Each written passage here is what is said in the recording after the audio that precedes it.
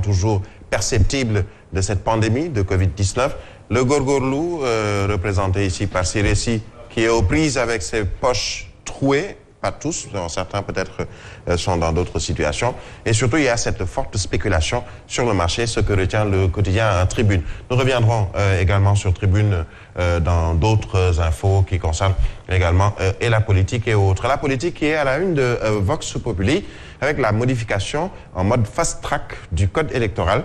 Macky qui a décidé d'accélérer justement la cadence et pour preuve, l'Assemblée a été convoquée demain par décret présidentiel. Le projet de loi déposé sur la table de Moustapha Niasse, le journal Vox Populi qui revient également sur la création de son parti après l'avoir créé, Déthié Fall qui a rallié le FRN et qui tire sur Macky Sall. Le journal Sud Quotidien qui revient également sur ce mode fast-track qui est aujourd'hui érigé en règle concernant le code électoral avec l'examen du nouveau code électoral en session extraordinaire. Ce sera ce jeudi.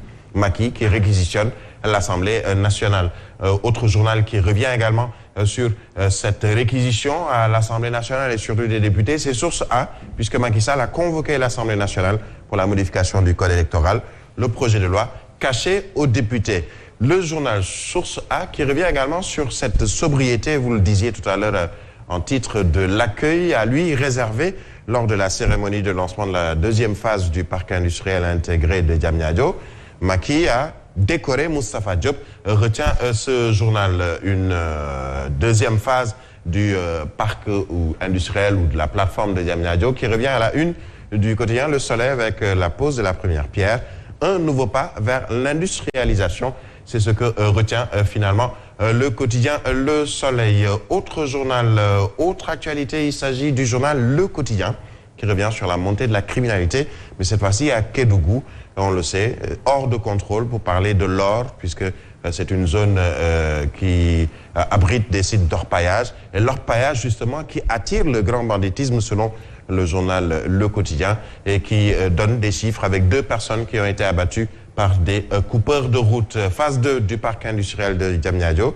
Macky veut la livraison et ce, dans les 2 ans. Parlons toujours d'insécurité ou en tout cas de difficultés avec l'observateur qui revient à Mbebes après cette visite il y a quelques jours du président Macky Sall. Les rêves brûlés des enfants recycleurs, c'est ce dont parle aujourd'hui l'observateur. Entre violence, trafic de chanvre indien, abus sexuels, ils sont quelques 300 jeunes à vivre dans l'enfer de la décharge de Mbebes. Cela veut dire que ce sont des jeunes qui sont partagés entre la violence, le trafic de chanvre, entre autres, ce que retient le journal L'Observateur. Nous parlons d'un autre journal, Libération, qui revient sur Macky Sall, justement, qui a jeté des fleurs à Moustapha Diop. On a parlé tout à l'heure du ministre qui a été décoré parce que, tout simplement, il n'a pas mobilisé ou il n'est pas allé vers cette mobilisation, comme on l'a vu avec les poses de première pierre, etc., pour cause Covid-19. Libération revient sur le financement à hauteur de 60 milliards, le projet qui va s'étaler sur 40 hectares, et Libération qui revient également sur l'UFR de sciences appliquées et de technologies de l'Université Gaston Berger de Saint-Louis, avec la Cour suprême qui accable le directeur et son grand jury.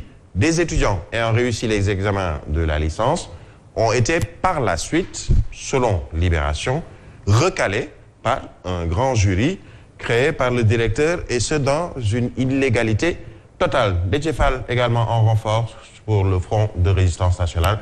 C'est également à la une du quotidien Libération. Moustapha Diop, adoubé, Macky alerte sur la Covid. Et adoube Moustapha Diop, c'est le titre qui parle à la une du quotidien LAS. Tout ceci, c'était durant le lancement du parc industriel intégré de Diamniadio. Et Macky de rappeler que le Covid-19 est encore là, la maladie est encore présente chez nous, comme elle l'est partout ailleurs dans le monde. Un président qui exige la livraison des travaux de ce nouveau parc, et ce, dans les délais. Autre journal, on va peut-être très rapidement revenir sur ça, c'est Critique. Fin du 2e mandat de Macky Sall. Il lui reste encore 963 jours de règne. C'est-à-dire que Critique de règne. Critique, pratiquement, a démarré ce qu'on pourrait appeler un décompte. À partir de ce jour, mercredi 7 juillet, il reste au président Macky Sall 963 jours. C'est-à-dire qu'il peut encore rester au palais pendant 963 jours, mais au bout de ces 963 jours, selon Critique, il doit quitter et ce sera pour 2024. Alors, Critique de dire ou de rappeler quand même que pour le locataire du palais, afin de se résoudre à quitter les appartements feutrés, ou si le Conseil constitutionnel en décide de briguer un autre mandat, c'est ce que l'on peut retenir du journal Critique. Autre quotidien qui parle de tout à fait autre chose, c'est Direct News. Le Sénégal assoiffé. Faut-il brûler Sen'Eau? Une question peut-être à mille inconnus. Siré pourra vous dire que chez moi, j'ai pas d'eau.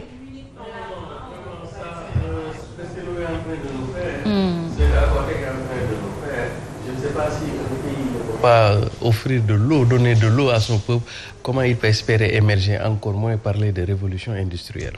Voilà, donc... Et on a qui compte porter plainte Sen'Eau.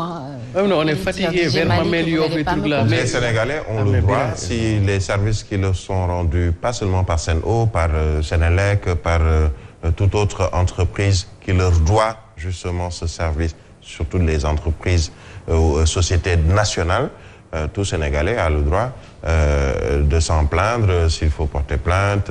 On a vu des gens porter plainte ou en tout cas déposer des plaintes parce que peut-être une tension électrique a bousillé entre guillemets leur appareil électroménager, etc. C'est un droit pour tout Sénégalais. Maintenant, à charge à ces derniers justement de faire le nécessaire. Voilà, depuis hier, on n'a pas de l'eau. Heureusement, j'avais une bouteille que j'avais réservée. Heureusement que Siré aujourd'hui est venu parce qu'il avait de venir, mais sinon je ne pouvais pas venir. Alors, Direct News donc qui se pose cette question, faut-il brûler Sen'Eau? Comment peut-on vivre sans eau dans un environnement où le coronavirus sévit? Alors que chaque jour on nous parle de il faut se laver les mains. Si on n'a pas d'eau, comment se laver les mains? La situation redeviendra à la normale dans 24 ou 48 heures. Cette chanson-là, beaucoup l'ont tellement entendue que finalement, on se pose des questions. En tout cas, selon Direct News, cette chanson a fini par agacer les Sénégalais qui ont fait le deuil de leur espérance avec Sen'Eau sans eau. L'État a liquidé la SDE pour contracter avec la Sen'Eau, qui est en train, tout simplement, de faire pire que la défunte SDE, selon Direct News, qui également nous parle de Djibril War, sur ces accusations d'homosexualité et les menaces contre Wally Seck. Djibril War qui prend sa défense. Et il rappelle, son père l'a honoré partout dans le monde en lui consacrant ses plus beaux tubes musicaux. Je le cite, « Je n'ai jamais douté de l'innocence de Thione Seck dans l'affaire d'accusation de trafic de faux billets. Cet homme et sa sainte épouse Kiné Diouf Diaga ne peuvent pas enfanter un homosexuel. » Selon Djibril War. Et il dit, ceux qui font de telles méchantes accusations sur la personne de Wally ne sont pas plus hommes que ce dernier. En tout cas, il a pris fait et cause pour Wally et sa famille. Et c'est tout à son honneur. Djibril War à la une de Direct News. Justement, nous allons sur certains proches de Wally Seck, puisque selon, je cherche le journal, je pense que c'est l'Observateur qui en parle ce jour, et également, voilà, alors Vox Populi. Hein.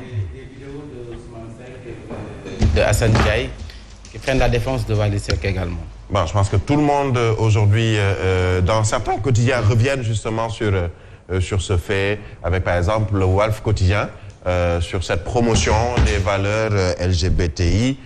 Wally dans la ligne de mire, une campagne pas si gaie que ça. Walf Quotidien qui revient également sur la modification du code électoral. Et je le disais tout à l'heure, Vox Populi qui est revenu par exemple ce matin sur ce fait, acte impudique et outrage aux bonnes mœurs, le Fonenté ou ce baiser qui prive finalement les danseurs de Wally Seck de Tabaski.